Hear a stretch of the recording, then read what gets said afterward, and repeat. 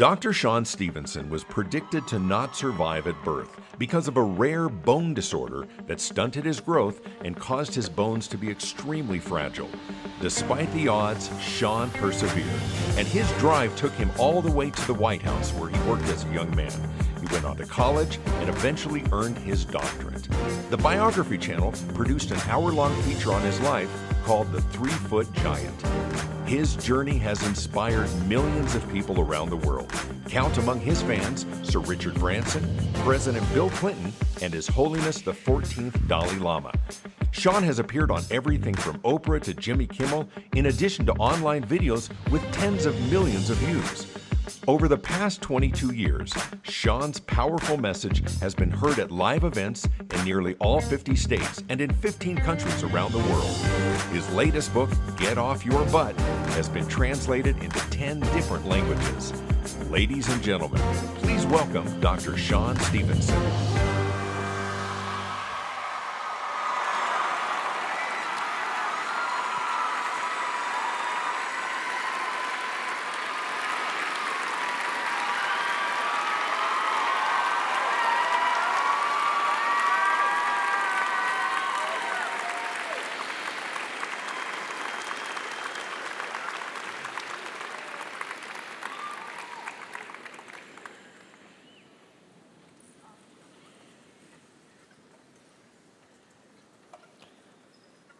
I love you. Some of you are like, I don't know this dude. Why am I gonna love him? Well, I wanna pose an idea in your mind, and that is, you have a very easy time hating people you don't know. So why don't we just balance out the scales in your mind and let you love someone you don't know?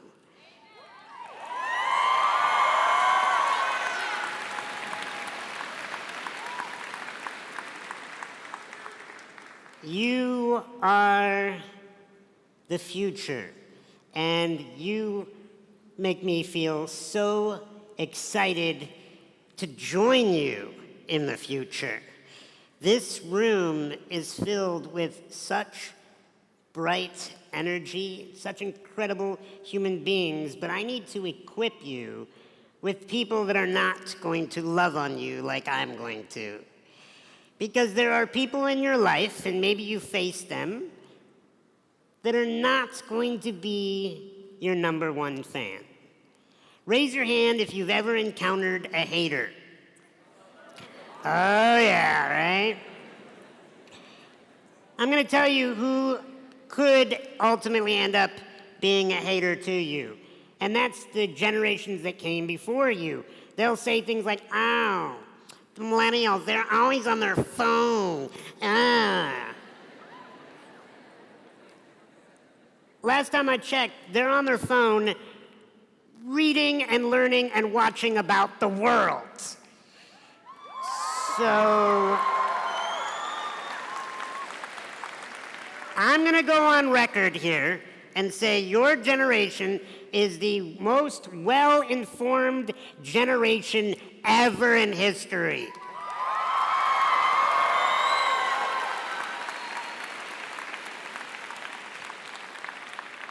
And it's very easy for people to be like, oh, well, we didn't have it this way, and they have entitlement, and they have this. Listen, I don't want you getting all upset when people are making all kinds of negative predictions about you and saying garbage about you. You just have to look at them and go, hey, I know you want to be me. I know. I would want to be me too. Don't be upset. Here's the thing, don't hate your haters, because you're just gonna play this awful ping pong game that's never going to end. I have faced doubters my entire life. When I was born, the doctors told my parents within the first 24 hours that I was going to die. I would be dead within the first 24 hours is what they said. I'm happy to report that 38 years later, all those doctors are dead.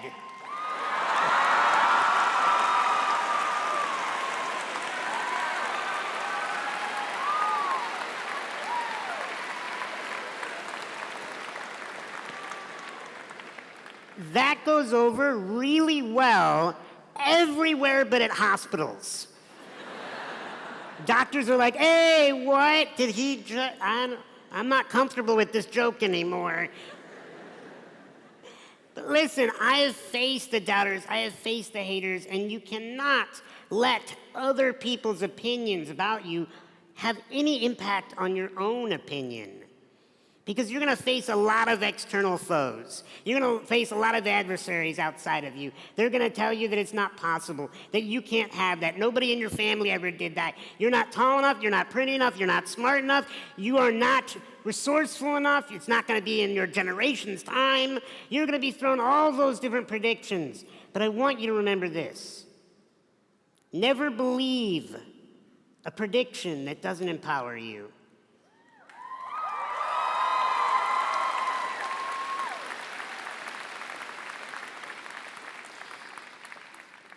What matters more than other people's opinions, and I get, at the age you are right now, it's very easy to get caught up in what people think of you, but I hate to tell you, that never goes away. All human beings, especially the outer perimeter people, they're worried about what other people are thinking. It's a part of the human experience. Don't let people fool you. We are all insecure. We are all wondering if we are enough. But I'm here to tell you that you are, and I'm going to teach you some skills and some tools tonight to deal with your insecurities when they show up, because they're a part of the human experience. I've been dealing with haters and fears and excuses my entire life, but I kept moving forward. You know, I figured out the day that I really was clear that I could not be stopped. When I was in grade school, one evening I was watching the television, and a song came onto the television. It goes a little bit like this. Maybe you've heard it before. Ba-da-da-da-da-da-da-da-da-da. Anybody know what that is? Hail to the Chief. And when do they play Hail to the Chief? When the President of the United States comes out. So now I'm in 4th grade at the time. I'm in my living room. I'm watching this television. I see this band come out on stage, and everybody just jumps to their feet and starts applauding. They're going nuts. And I'm thinking, I gotta have that job. I gotta be the President of the United States of America. So the next day, I went into school, and I went up to all of my teachers, and I said, hey, I just want you to know, I'm going to be President of the United States of America. Do you think, thank you, vote for Sean, I love it. Do you think my teachers got behind this and said, Sean Stephenson, yes, you are going to be president, yes or no? What do you think they did? No. Because what happens when we tell people our lofty goals? What happens when we share our big plans? People go, oh, sweetie. Sweetie, pump the brakes. Maybe you should shoot for like a congressman or something. Didn't matter. I was very clear on what I wanted. I wanted to be President of the United States. I told all my classmates, and then I realized I didn't actually have all the pieces yet. First of all, I was in 4th grade, and you have to be 35 years old. So I had some time, right? Second of all, I had to learn about economics. I had to learn about geography. There's a lot of things you got to know to become president of the United States, like paying people off. There's just a lot.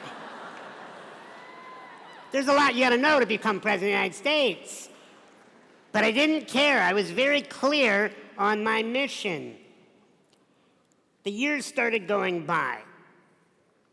And if you've ever set a goal and things weren't happening right away, you weren't getting any traction on that goal, then eventually you start to think, oh man, you start to doubt yourself, like, can I really do this? Is this even in the cards for me? And so finally I thought, Sean, you're getting older. Now I'm in college at the time, and I thought, Sean, if you're gonna prove to people that someday you're gonna live in the White House, first maybe you should go work at the White House. Go check out the decorating. See if you like the place. right? And I remember the day the envelope came, because I applied to work at the White House, and I remember the envelope that showed up to tell me whether or not I had been selected. And when you get a piece of mail from the White House, it just comes in a bright white envelope, little blue lettering in the corner that says the White House. And I held it up to my nose, as if my nose was going to tell me the truth. And I was like, oh yeah. Just by a raise of hands, who ever received an email, a phone call, a text message that the communications in that experience would change the course of your life? Have you ever had that happen? Your heart is pounding, right? So I'm holding the letter and I open it up and it says, congratulations, Sean Stephenson. You've been selected to work in the White House alongside of the President of the United States. You'll be reporting for duty. Yeah, I'll take it.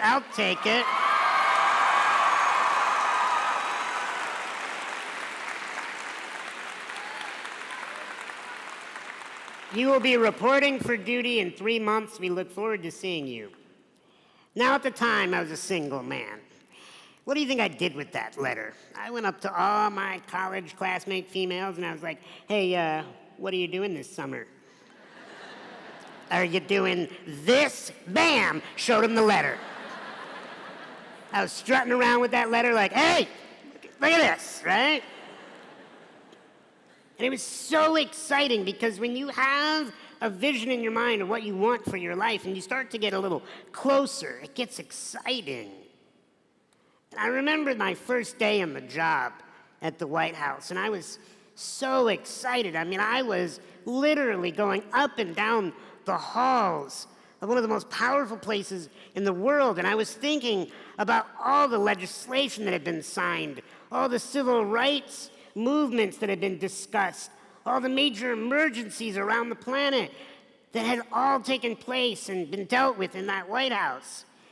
It was amazing. That the young boy inside of me was so proud. There was something I loved about working at the White House, though, something amazing, and that was watching the President of the United States come home from overseas. When he'd be traveling from overseas, he would land in Andrews Air Force Base in Air Force One. But to get from the Air Force Base to the White House, he didn't just show up in like a Uber, you know? He didn't show up in a SUV or a minivan like you and I might. No, he would arrive in a giant helicopter. This helicopter was the size of a school bus. And it was dark green with a bright white stripe at the top and a big American flag painted on the side. And you could hear the rotors coming for miles. And I thought, oh, how cool would it be if I was in the backyard where he landed and greeted the president as he came home from work? I mean, a giant helicopter, a little man in a wheelchair, what could go wrong?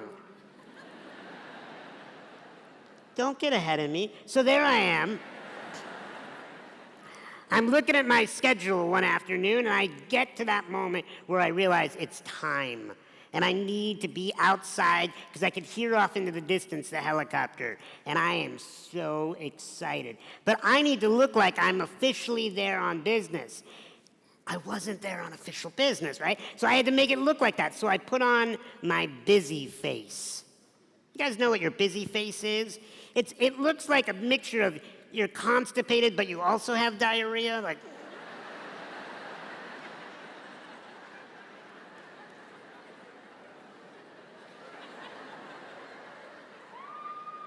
and you don't want to talk to anybody with their busy face, right? So you get left alone. And so I put on the busy face. I took an envelope that was completely empty, but looked official, put it under my armpit, and I headed out. Off in the distance, I can hear the helicopter. And I'm seeing outside, it is hovering about 20 feet off the ground. But I'm now at the South Lawn entrance, and the doors are closed. And there's not those handicap accessible buttons. You guys know what those handicap accessible buttons are? You know when you're carrying lots of pizza and you hit them with your butt and you're like, oh, how convenient.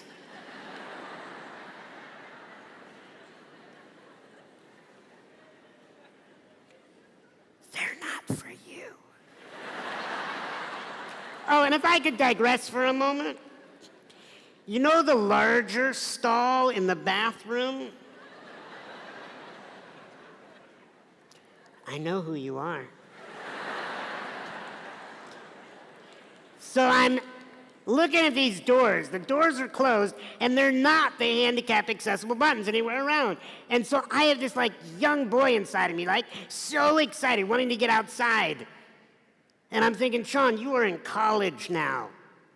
You're an educated man.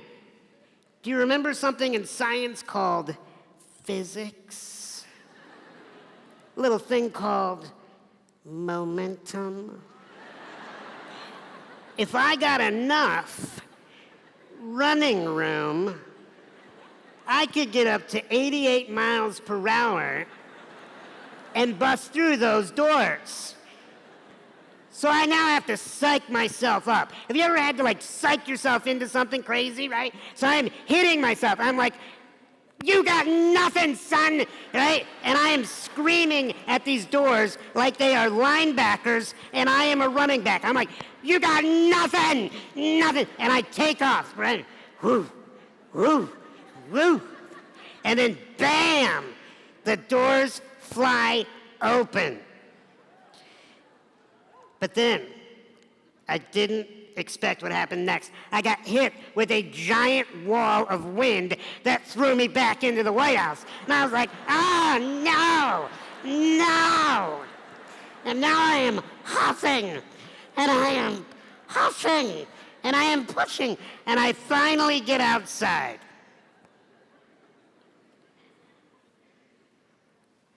And I get a little cocky. I know you don't know anybody sitting in your seat that can relate to this. But you know when you get to achieve something and you think that you're like maybe a little better than somebody else? So that's where I was at. I was feeling better than other people, right? I was thinking about all the people in the White House, all those suckers inside. They're inside, I'm out here, I'm gonna greet the president. And then I noticed something. A single tree is waving back and forth at a different speed of all the other trees. So I look a little closer. And I see 12 men in all black military fatigue. They're climbing down ropes and they're running at me with submachine guns. Well, I'm glad you think that's funny. And I look down at my chest, and I see little red laser dots. And I'm thinking, that's not good. Because I don't know if you're a little perceptually slow, but I don't run. Right? These guards are the emergency response team. These are the people that shoot you on sight if you get past the Secret Service agents with the glasses and the earpieces. And they are racing towards me. They don't know that I know the President of the United States. They are barreling down on me, and I have one thought. I need to get to the chopper, right? And I am looking at this chopper, and I'm racing to the helicopter. I'm like, ah, ah, ah. And I get over to the helicopter. The door swings open. And the President of the United States steps out and he looks at me. And that's when I realized, you better have a vision for your life. You better have a very clear picture for what you want your life to look like. And never apologize to anybody for the vision that you want for your life. You don't have to justify it to anybody. You don't have to say, well, I think I can have this. That vision will pull you into your future more than anything, because most people out in this world, I love them too, but they're lost. They don't have a vision for their life. the very unclear. And when we do not have a vision, we start going in all the different directions. We start following other people's visions. We start feeling like we're not supposed to have what we want in our life. You need to be very clear for what you want. What do you want with your health? What do you want with your finances? What do you want with the love relationships? What kind of friendships do you want to have? What kind of academic experience or career experience do you want to have? It may take time. And you might doubt yourself 1,000 times. You might think, what did I get myself into? And I'm here to tell you that that's a normal part of the experience. We all show up in incredible arenas like this. We put on amazing smiles, we talk about the future, and we all hope that we convince each other we have it all together. But we don't. We're figuring out life as we go. Raise your hand if you can relate to what I'm saying right now. Yeah, this is a part of the experience of being vulnerable. So you're going to learn incredible things you already have about science and technology. You're going to learn about advancements, about where we are headed, about probably artificial intelligence and robotics and space and this, that, and the other. And all that is amazing. And I am all for you geeking out this entire time on this. However, I want to keep one thing clear. That all the advancements in technology and science, they don't matter if we're not evolving as a human race. If we as a species are not getting into our heart and listening to our intuition and being kind to each other and loving each other with empathy and compassion.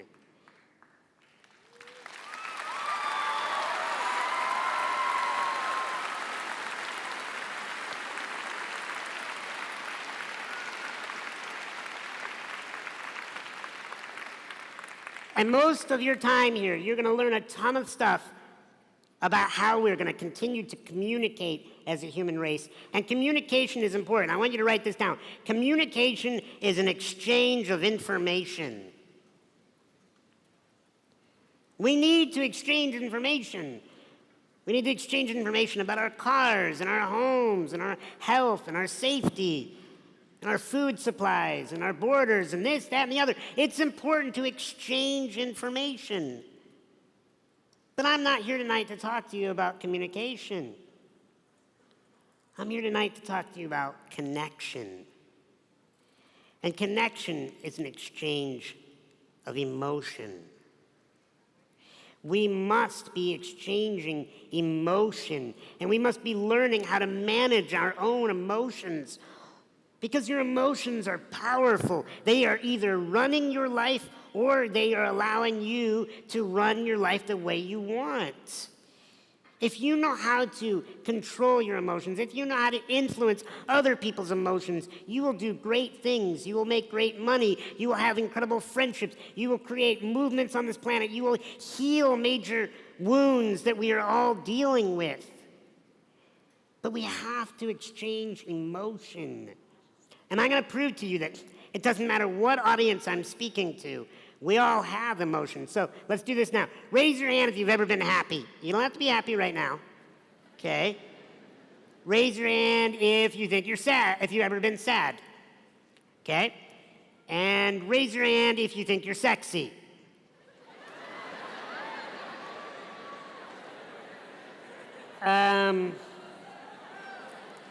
So I have some bad news for some of you guys.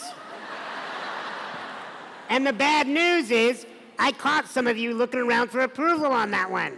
Like, hey.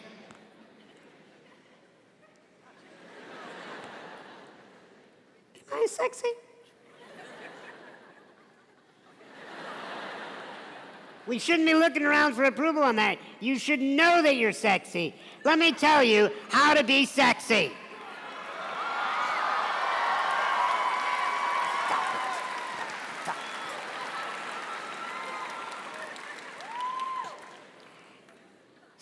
Sexy is an attitude. Sexy is an energy.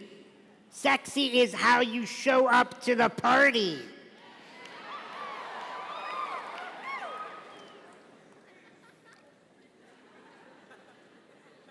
I used to be single. Everybody, all the ladies are supposed to go, oh, now you're not? Oh. No, it's okay. You'll be all right. So, back in my single days, I used to go out to the clubs. Yeah.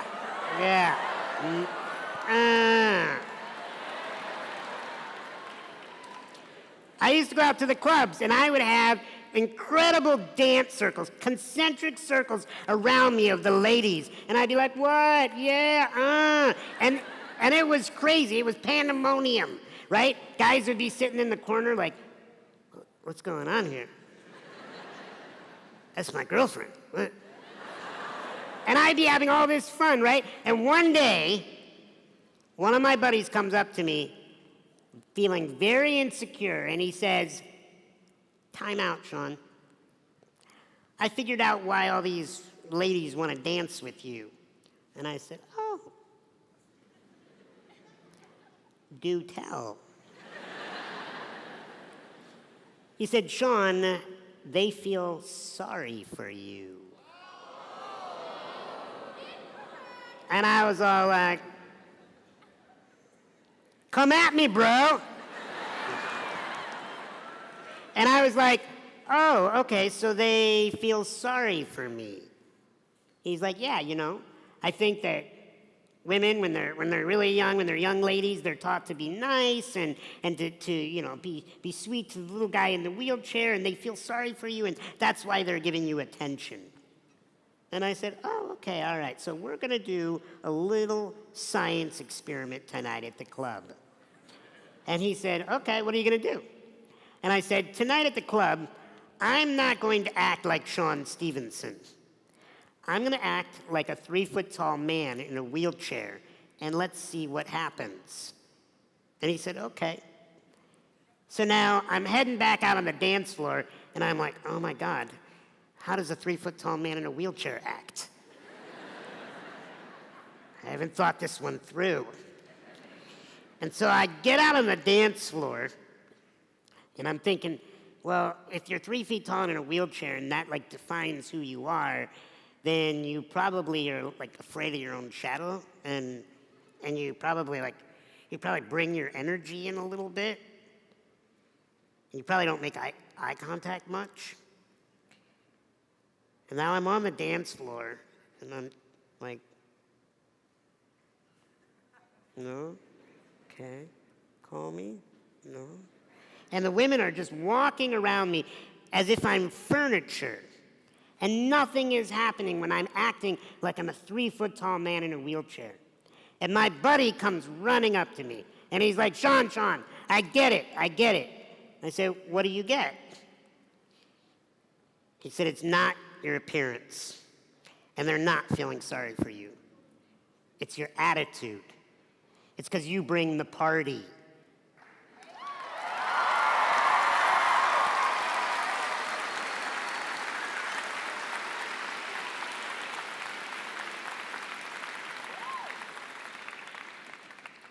And then he said, can you please bring the women back, please?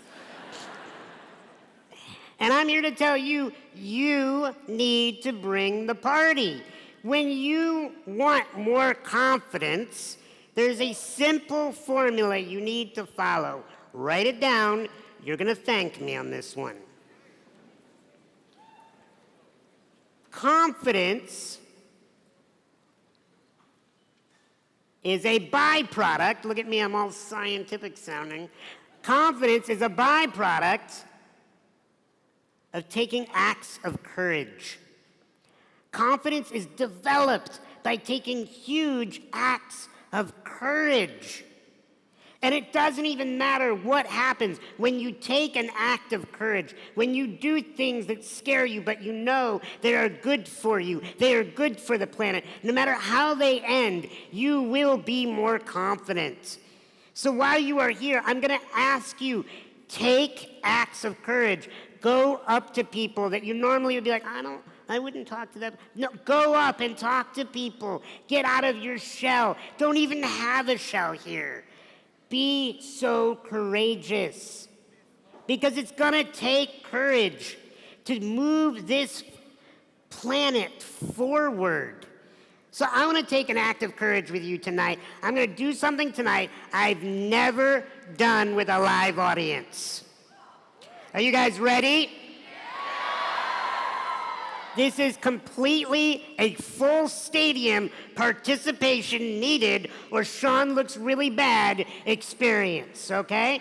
So do I have full participation, even the people leaning up against the railings who think I can't see you? Do I have everybody's participation, yes or no? Yeah! All right, so here's what we're gonna do.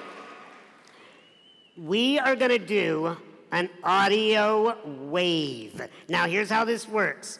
So what's gonna do is I'm gonna start the audio wave, and you're gonna see in a moment what an audio wave is, and I'm gonna send the audio wave back, and it's just gonna follow on the floor first, all the way back, row by row by row, and then when it finally gets to the back, it's gonna split. This is where it gets awesome. It's gonna split, and then it's gonna go this way, at the same time it's going this way in the stands, and here's what it's gonna look like. I'm gonna go whoa, and then it's gonna follow all the way back, each whoa, and it's gonna keep going back, and then when it finally gets to the back, it's gonna split and come around to the sides. I've never done this.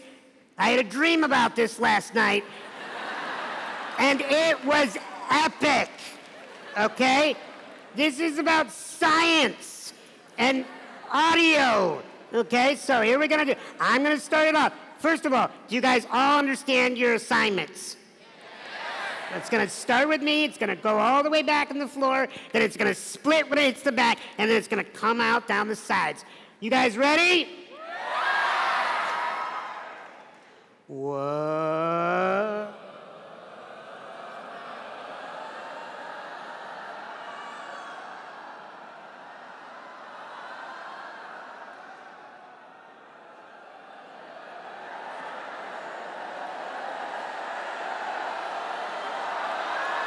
Yes!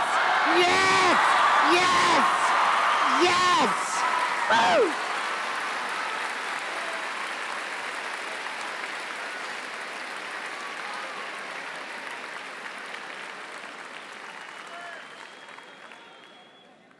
Can we reverse it?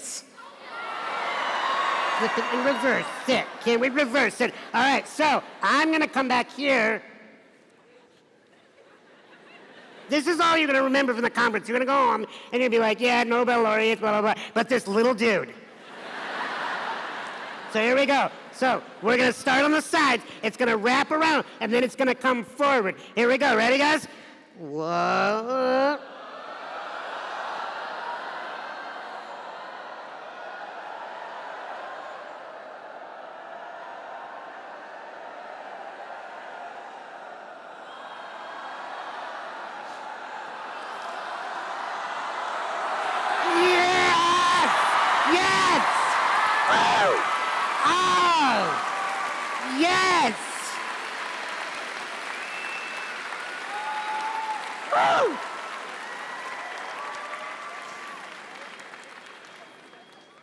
Now, why did that feel so good? I'll tell you why. Because we were connected.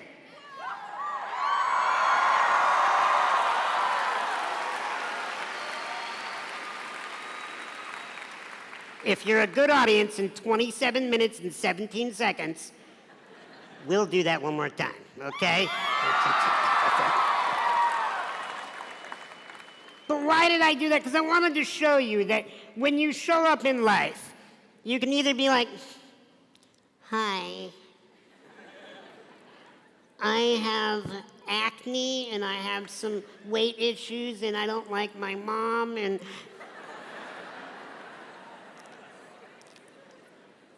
I don't like my life. Or you can be like, hello. Most people think when they see me that I've always been this confident. that I've always had fun like this. I'm here to tell you, I did not come out of my mom's womb like, hey, Sean Stephenson. No! I had to develop this sexiness.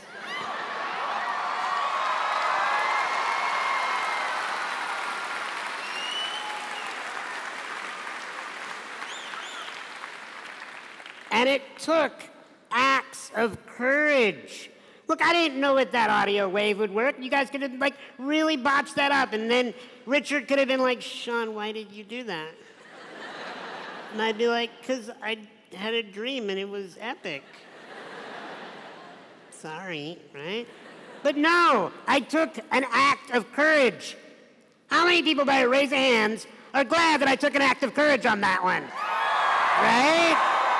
I know, right? And that's life. Is there so many ideas that are in this room that some people could be like, well, you know, like, I have this idea for, like, going to Mars and, like, starting a hotel, and like, I also have the cure to cancer, but, you know. Well, what if no one listens to me?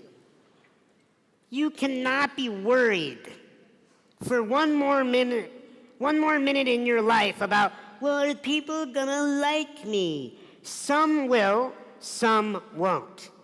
Can we just move on?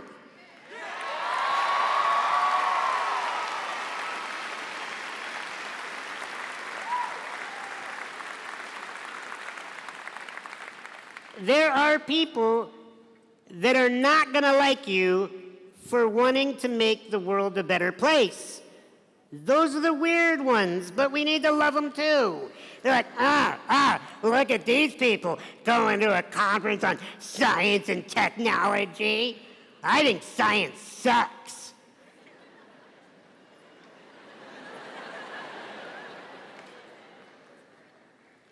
So you don't like Velcro? Or gasoline engines, or airplanes, or polyester? I mean, you don't like anything that you're using? Yet there's gonna be people that show up in your life that are gonna tell you that what you're doing is stupid, or you'll never be able to make it, or this isn't in the cards for you. And you just have to know they're scared. I was bullied growing up. I had people making fun of the way I look. I had people dealing with all kinds of mean statements with me. But you know, one of the reasons why I feel like I kept it all together is because I knew that that was coming from some place of hurt. But I had to have that experience where I was convinced of what's really going on with a bully.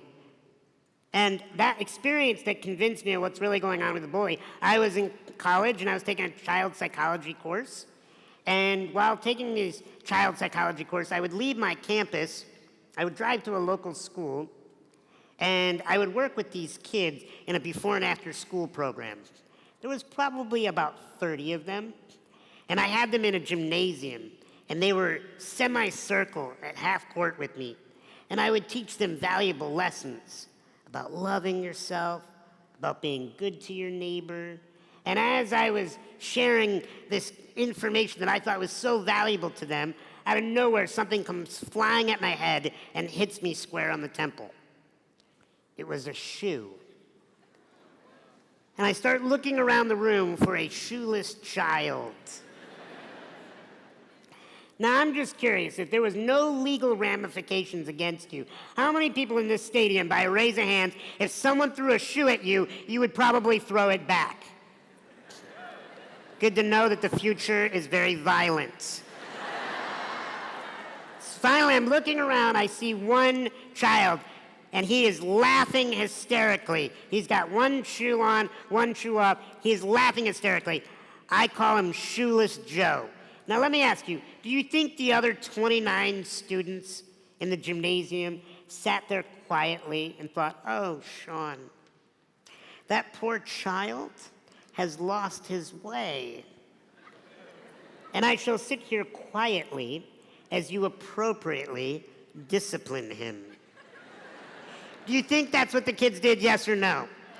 No, they went around that room screaming, and I lost complete control of this audience, and I was so frustrated. Finally, one at a time, the parents started coming to pick up the children, until I was left for an additional 45 minutes with just one child. Guess which child?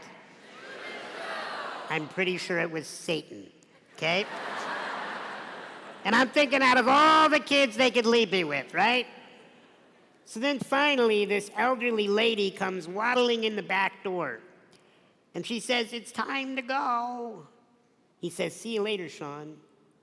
He scurries out the back door. And I headed to my vehicle that was in the parking lot behind the school, and I was really frustrated. By a raise of hands, who have ever wanted to help somebody that didn't want your help? Right? It's not fun. When you're wanting to help somebody that doesn't want your help.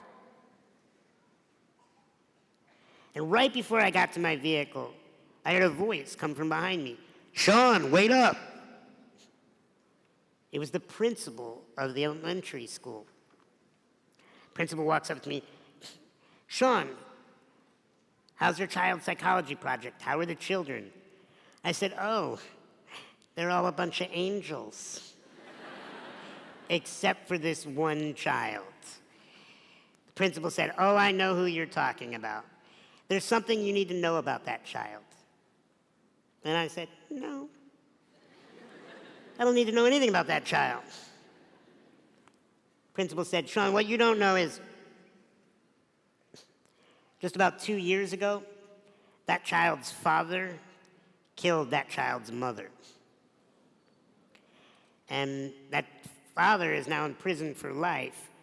And the only living relative to take care of that boy is his grandmother.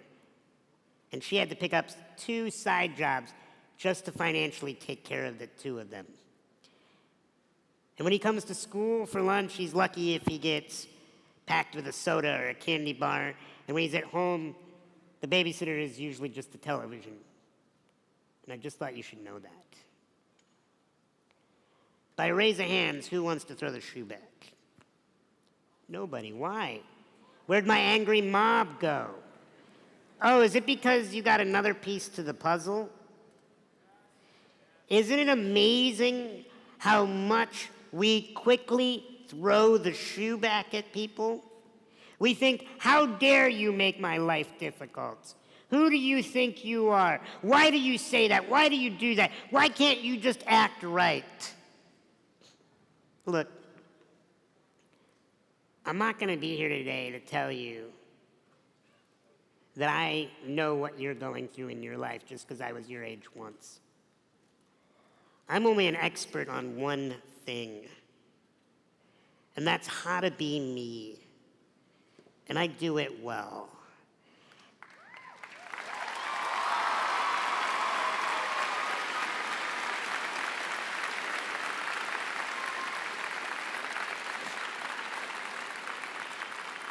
And so I'm not going to stand up here today and tell you, I know what you're going through because I was your age once.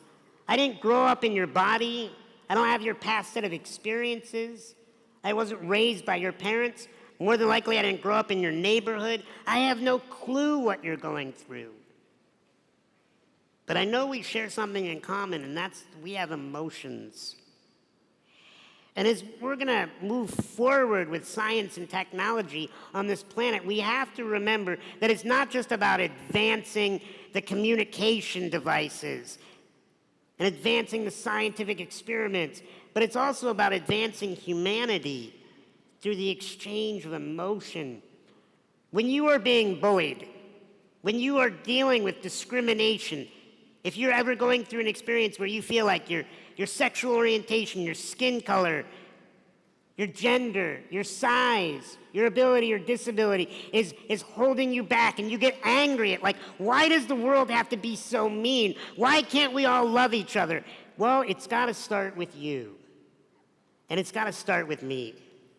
And we cannot continue to be hating the haters, because what does that achieve? The moment I knew that that young boy had gone through that pain of losing his mother and his father and dealing with all the heartache that he must have to now go through for the rest of his life, I wanted to chase after him, scoop him up, hold him close, and say, I want to mentor you.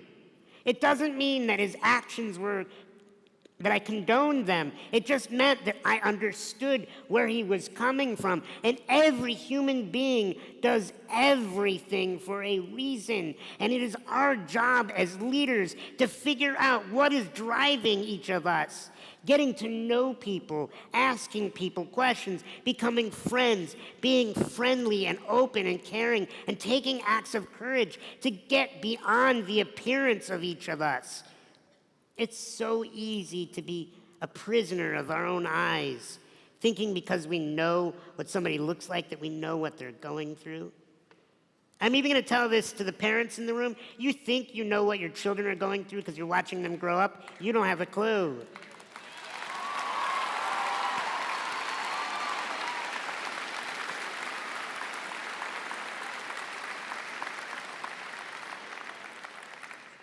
And all you guys, you think you know what your parents are going through, but you don't have a clue. That's where you guys clap. We're all doing the best we can with what we have, and we have to move forward. You know, you saw my intro video. It's got all these impressive, oh, Sean did this and Sean did that. Those are all the achievements. I want you to remember this. Achievements are nice. But what matters is progress. What are we doing now? What are we moving forward? If we create incredible technology and science, but we don't connect anymore, we don't look into each other's eyes and say, hey, that behavior of yours seems out of character. Are you okay? And instead of meeting anger with anger, we meet anger with compassion. Watch what happens. I go into all over the world to speak. I've spoken in maximum security prisons. I've spoken in developing countries where people have no food, no electricity, no water. I've seen people after school shootings, gone into the schools and counseled them. I've gone into towns after they've been leveled by natural disasters. I've seen pain. I know that pain exists. I know you have pain. I am not belittling the pain that you're going through. I'm just telling you, you need to move through your pain to the other side because the world needs you. I need you. This is an incredible experience of being alive, and we cannot do it alone. We have to do it by sharing our vulnerabilities and opening up and being courageous. But you're going to have moments where you get stressed. I see some of you, you're stress balls. I want to be perfect, Sean. Raise your hand if you've ever chased perfection. You know, there's an element to wanting to evolve and to be better and to create, and I'm all for that. But people ask me all the time, they're like, Sean, what are some of your secrets? Why are you so happy? One of the reasons why is because I love the person in the mirror. And it's not easy to do that. I have to work on that daily. Every night when you are brushing your teeth and you're looking at that person in the mirror, it's so easy to be like, this is wrong with me, and that's wrong with me, and why haven't I done this, and am I ever going to do that, and why did she say this, and why did they say that, and why don't I like that? It's so easy to tear yourself down. Raise your hand if you've ever torn yourself down. Yeah, this is the human experience. But you know what also is the human experience is knowing that you can build yourself back up. I want to share with you quick little lessons that I think are really going to help you move forward in your life. Number one, choose your friends wisely.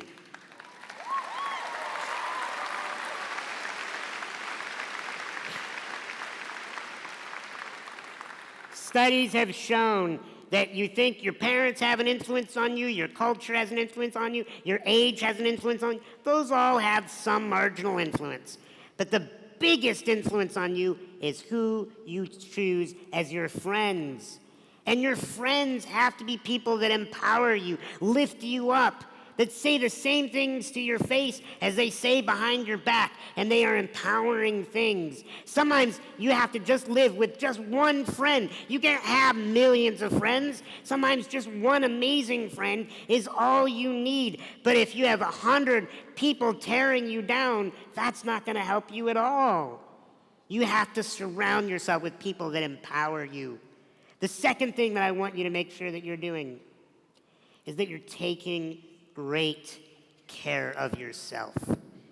And I mean mind, body, and spirit. If you are not taking great care of yourself, who's going to? Don't wait till you're old like the people in the stands. Don't do that. Learn from their mistakes. They want you to be better. They want you to surpass them. That's called evolution.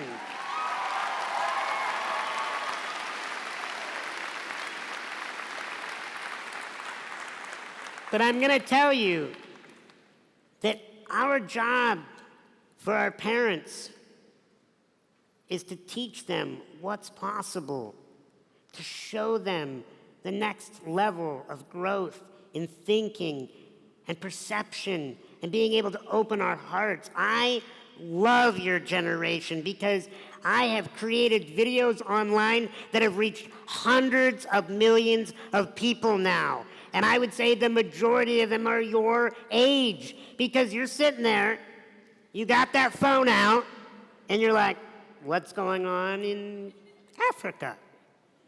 What's going on in China? You have so much access to the world that your previous generations couldn't even dream of. So what I'm going to encourage you to do is take great care of yourself so that you are a wonderful example to the next generation. Take good care of your health. Take good care of your mind. Be reading incredible books. Spend time with people that are incredible mentors. You know, one of the reasons why I'm here right now is because Richard Rossi is one of my friend-tors. He is both my friend and mentor. And when I am around him and his smile, can you tell that man has a big heart? And when you are around people that have a huge heart and you are learning from people that have gone before you, your life is going to get better. The last thing I want to share with you to dealing with stress is you need to have a simple question queued up in your mind anytime you are getting stressed out. Raise your hand if you deal with stress. Okay? So you're going to love this. Write this down. The question is, what's funny about this? Okay, repeat after me. What's funny about this? Okay, here's how I learned to use that question. One day, I was working on Capitol Hill for my congressman. And I get to work early. And I show up about 45 minutes early, and I have my hot tea and my newspaper, and I think I had beat everybody into work. I settle into my desk, and I hear, "Sean, get in here." It was my congressman. He was calling me in. I said, "Yes, Mr. Congressman." He said, "Sean, I need you to run this message to the other side of the Capitol, to a place you've never been to. Can you do that?" "Yes, sir." So I took the message and my hot tea and newspaper. I headed out to the side of the Capitol that I have never been to. I finally get to the elevators. And at the elevators, I noticed that the button was a little higher than I could reach. Most elevator buttons are. This is why I travel with an elevator stick, also known as a back scratcher. I press the button, the doors open. I go inside, the doors close behind me. I look at all the buttons for my floors. I find my floor, I press it, except nothing happened. I'm thinking, that's weird, so I start pressing it a little harder, right? Nothing happened, and then it dawned on me. I used my technology brain, one would say. I realized, oh no, on the outside the buttons were heat sensitive, or on the outside the buttons were pressure sensitive, on the inside they were heat sensitive, and I was trapped because my elevator stick wasn't hot enough. So I started thinking, how would MacGyver handle this? If I had a pack of chewing gum and a tampon, I could make a bomb, right? So I start heating this sucker up.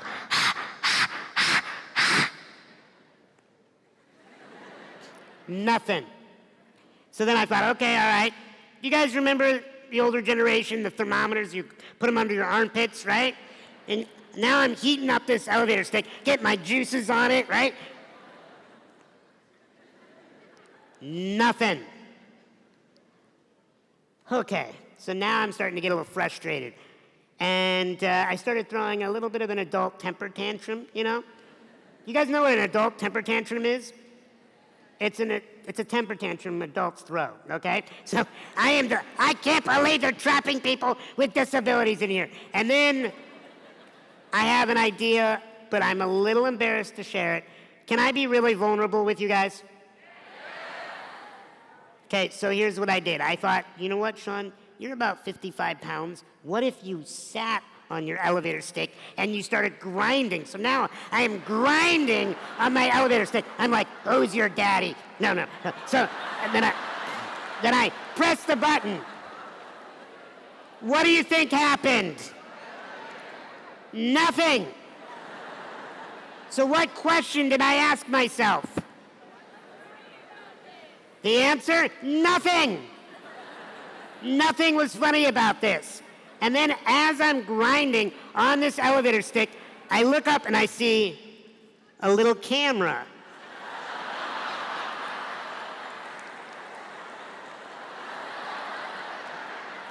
And I start laughing.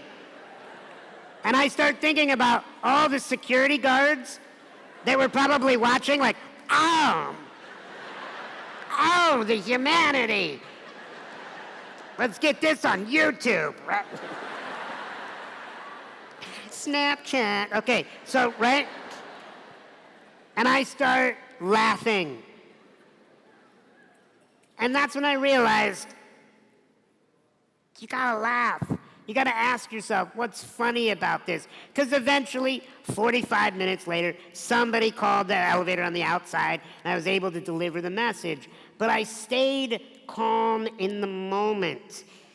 You have to be willing to look for what's funny about this.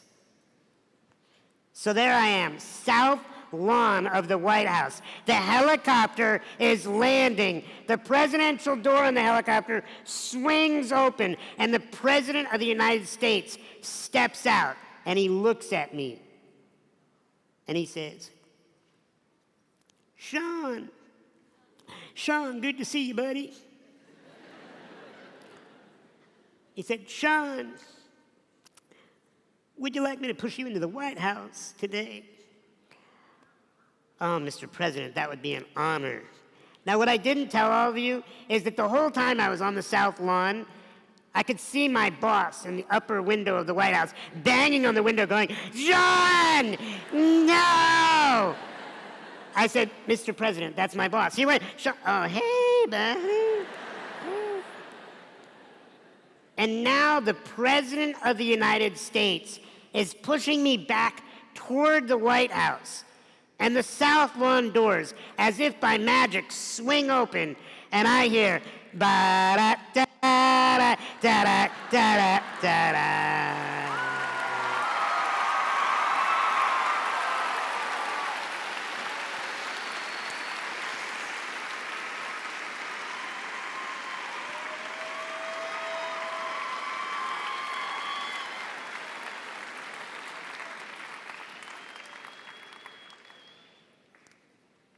You're going to learn so many great things here at this conference. This is going to be a conference where you're going to make best friends for life. You're going to think back about this decades from now. Hopefully you'll take the notes and you'll share them with people. You'll make incredible contacts here. I want you to love your life. So you guys ready to lead me? Here's what we're going to do. One more audio wave. You guys ready? Okay. All right, all right. We're gonna start with the floor, splits in the back, comes back. Here's what we're gonna do. We're gonna raise the stakes. Once it comes back, we're gonna send it all the way around and back to me. So we're gonna go back and then back. You guys understand? Okay, ready? 1,